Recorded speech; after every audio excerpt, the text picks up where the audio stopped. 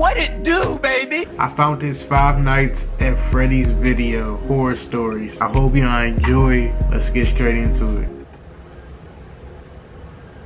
I can still remember the first day I ever went to Freddy Fazbear's Pizzeria. The name sounded dumb to me, but boy, did I have a change of heart once I stepped foot inside. The air smelled like pizza, and the only sound I ever heard was playtime. That, and of course the music on the show stage. The second I laid eyes on Freddy and his friends, I was in love.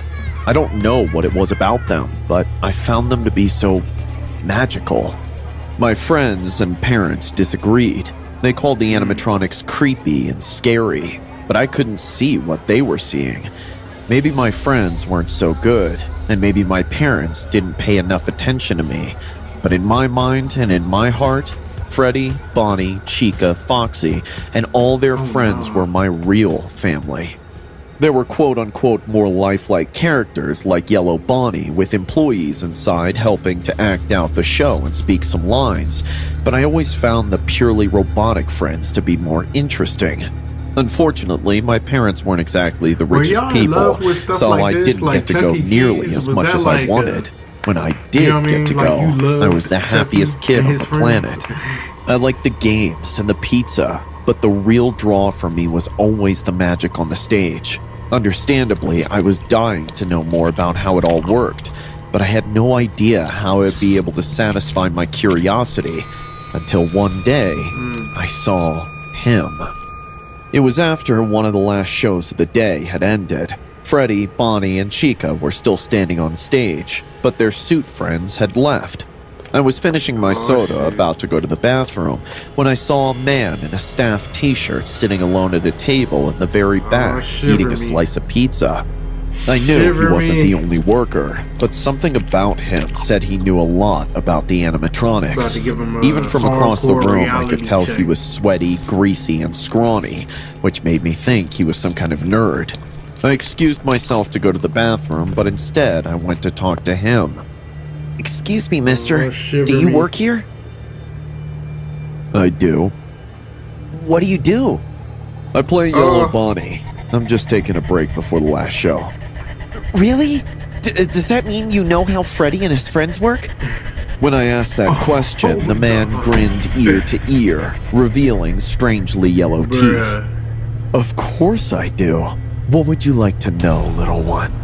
With that, he had me hooked. I asked him all the questions I had been saving up, and he told me the answer to every one.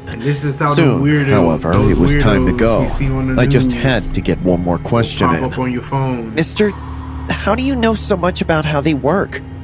That's when the man leaned in and whispered to me a bombshell of a secret.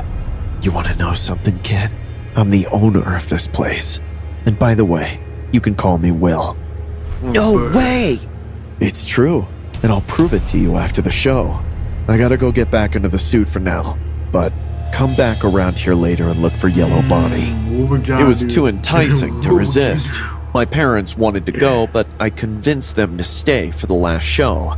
Afterwards, I knew we would leave very quickly, but my mom always went to the bathroom first and left my dad to watch me. Once she was gone, I waited for him to get distracted, and then I slipped out of sight. Who knows how long it took him to notice I was gone. I quickly made my way to the same place from earlier and stood there for a painfully long minute, until finally, I saw Yellow Bonnie walk around the corner at the far end of the hallway. She twitched and waved me over to her. I followed without even thinking. Right as I got to her, she started walking somewhere else, somewhere I never went. They didn't answer when I asked where we were going. Eventually, we got to a door that said employees only. Yellow Bonnie opened the door and let me inside. As she turned on the light, my breath was taken away. Foxy was standing right in front of me. He wasn't on, though. Pirate Cove was closed for repair that day, and I was worried I wouldn't get to see Foxy at all. But suddenly, a miracle happened. "Thank you so much for letting me see Foxy, Mr. Will." "That's not all. I've been working on some issues with Foxy's circuits. Come closer and I'll open them up so you can get a better look at what makes the magic happen." A miracle turned into a dream come true. Mr. Will was able to take Foxy's chest and face off while wearing the yellow Bonnie suit, and then all the magical inner workings were revealed. Yet, all of a sudden, I had a sick, sinking feeling. The inner workings weren't magical. They were grotesque, like a mechanical jaw full of 1,000 steel teeth. When I took a step back in fear, Will reached out and grabbed my hand. I managed to slip away and run for the door, but before I could open it, both of my shoulders got clamped in the vice grip of Yellow Bonnie's hands. I had no hope of escaping her grasp then. I kicked and screamed, but no one came to help me, and I was powerless. Against my struggle, he stuffed me inside of Foxy, between all those horrible steel teeth, and then he closed me in by putting the pieces back on. I was trapped. Will looked me in the eyes with Yellow Bonnie's face. Welcome to the family, Foxy. Try not to break down this time. He flipped a switch, and in an instant, I was toast. The pain was immense and all over my body, but it didn't last long. However, even after my heart stopped beating, I never left Foxy. I somehow was forced to become him. And now I spend every day stuck in Pirate Cove, watching other kids live normal, happy lives, totally unaware that I'm there and trying to desperately tell anyone about what happened to me. Although, Will has started to let us wander at night, and I hear there's a new security guard working the night shift. Wait. How many of you can say you are true Five Nights at Freddy experts? Regardless of your answer, I can tell you that I sure was more of a fan than you. That's for the fact that I wasn't a normal fan. I was obsessed with the game. And as you know, no obsession is healthy. But I never thought mine would take me to such dark places as it took me. At that time, it was early 2015, and Five Nights at Freddy's 2 had been out for a few months. By that point, everybody had figured out the vast majority of the game's secrets. Or so everyone thought. At the time, I was on Reddit a lot, and there were rumors that Scott, the game's creator, made a pact with the devil for the game to do well. It was said that there was a reference to this in the game, but it was so well hidden that even the best data miners couldn't find it. The only way was to stumble upon it. I was only 16 years old. I was really obsessed with discovering this secret. In the beginning, I did the same as everyone else. I tried different difficulties with all the animatronics until I found a secret number. But no, I had to do something else. And one night, I discovered it. And remember to take turns at the computer, don't go to sleep so late, and clean the dishes by the time we get there. Understand? Yep.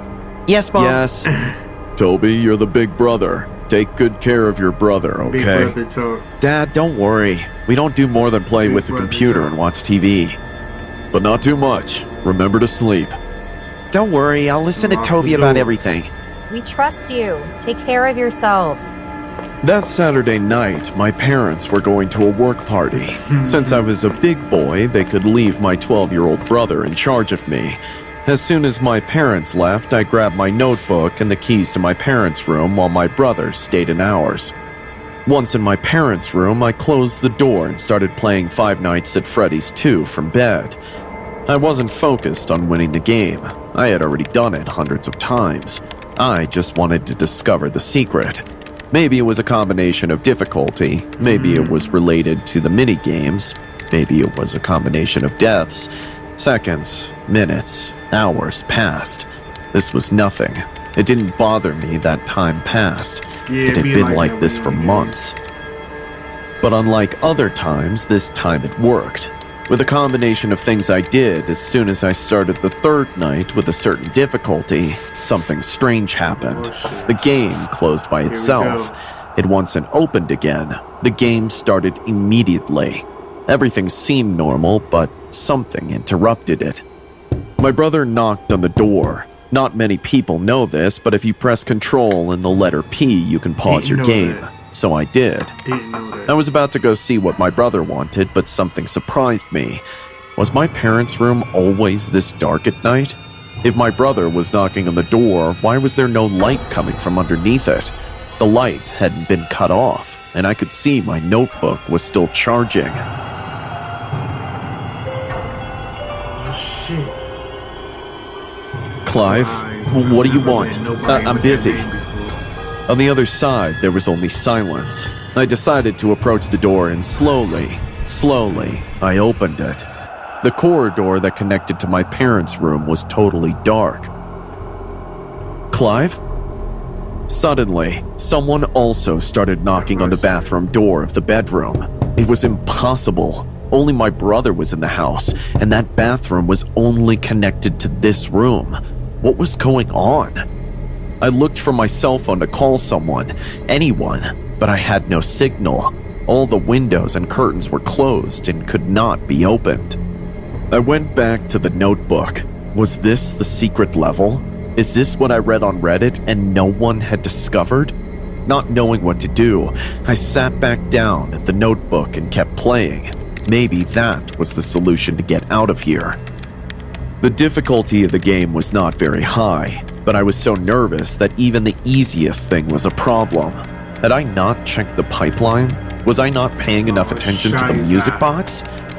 As the game continued, I heard strange noises throughout the room. Those knocks on the door had turned into loud knocks. Those knocks sounded just like the ones in the game. The atmosphere in the room was unbearable. The game was about to end, but I couldn't play anymore because of my nerves. My fingers and hands were shaking. I was sweating non-stop, and every time I tried to breathe, I felt a very intense pain in my chest. The game that made me feel like Suddenly, and just before the game ended, I ran out of battery in the game. But instead of the lights going off in the game, the notebook monitor went off. My body froze. I couldn't move. The bathroom door slowly opened, and I began to hear footsteps coming slowly towards me. When those footsteps reached my side, nothing else happened. I felt something breathing in front of me, but it didn't move. It was just silent. Ah! Ah! What's wrong with you? You scared me! Clive? What happened? Are you out of your mind? I came in to tell you to wash your dishes and you didn't answer me. You just kept playing like a zombie. The game isn't even on high difficulty. What? The game? When I looked at the game, it was over. Apparently, I had won. What happened to you? I thought you were making a joke. No, nothing happened to me. Whatever. Do the dishes. I don't want Mom to scold me because of you. Love, bruh. That was the last time I ever played any Five Nights at Freddy's again. After that night, I tried to tell everyone what I had experienced, just as I am doing with you. I explained everything in detail. Do you know what everyone did when I told them? They congratulated me. Everyone told me that I created an excellent creepypasta. No one ever believed me that I had really lived this, not even my own brother. You know, today I don't trust anything that happened that day. I don't know if it was real. Maybe I was so obsessed with the game that I was hallucinating. Maybe I was going crazy. But just in case it was real, don't do what I did. Don't get so obsessed with anything. Because if what I went through was real, maybe it'll happen to you. And maybe you won't be so lucky to be able to tell the story. You don't do that. Alright, story 3. Having to work the night shift at Freddy Fazbear's Pizza was not something I ever imagined doing. But desperate times demand desperate measures.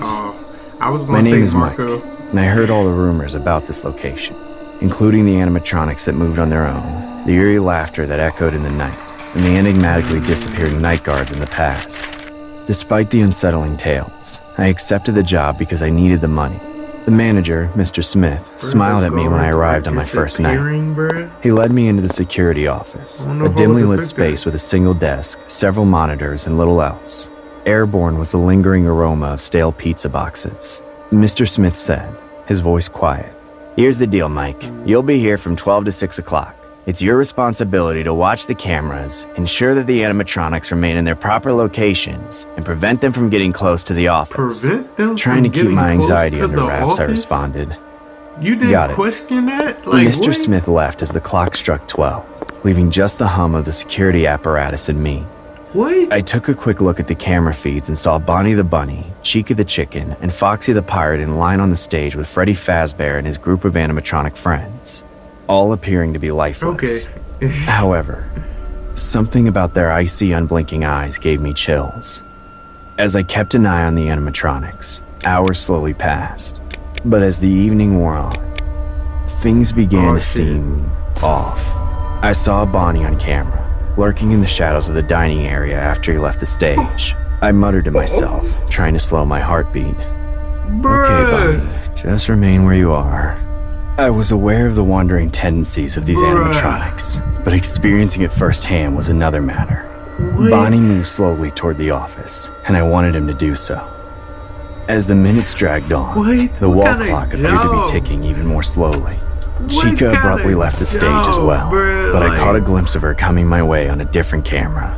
I picked up the desk phone and called Mr. Smith as panic began to well up inside of me.